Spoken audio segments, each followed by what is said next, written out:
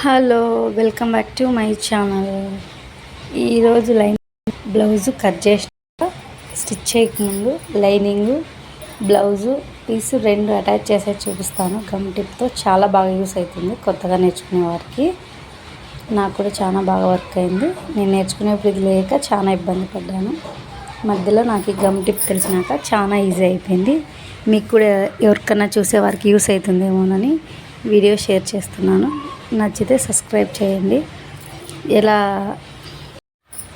ఇలా కట్ చేసుకున్న blouse piece lining piece open చేసిన తర్వాత ఇలా చూపిస్తున్న విధంగా రౌండ్కి అక్కడ షేప్ అంతా గమ్ అంటించేసేసి ఉల్టా సీదా చూసుకొని బ్లౌజ్ పీసు లైనింగ్ మీద ఇలా అతికి వేయాలి.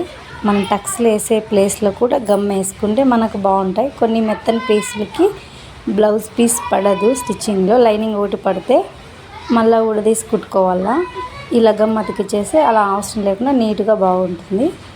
ఇలా గమ్ పెట్టి లైనింగ్ పీసు బ్లౌజ్ పీస్ అతికించిన తర్వాత ఇలా ఐరన్ చేసుకోవాలి. ఐరన్ బాక్స్ మరీ ఎక్కువ హీట్ అవసరం లేదు, ఒక రకంగా ఉంటే సరిపోతుంది. చెక్ చేసుకొని ఐరన్ చేసుకోవాలి. కొన్ని క్లాత్కు ఎక్కువ హీట్ అయితే ముదరకపోతాయి, చూసి ఐరన్ చేసుకోవాలి ఎక్కువ హీట్ లేకుండా. ఇలా హ్యాండ్ కూడా హ్యాండ్ పీస్ కింద పెట్టేసి లైనింగ్ పైన పెట్టాను.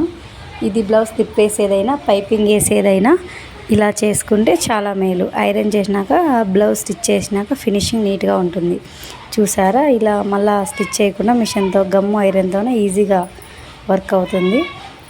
బ్లౌజ్కి లైనింగ్ పీస్ తక్కువ ఉంది కాబట్టి ఇలా క్రాస్ ఫిల్ట్కి జాయింట్ పడింది. చూసారా, ఎక్కడే కానీ అతుకులు పీసు ఎక్కడ ఓపెన్ లేదు. బాగా ఫినిషింగ్ నీట్గా ఉంటుంది. నా వీడియో నచ్చితే సబ్స్క్రైబ్.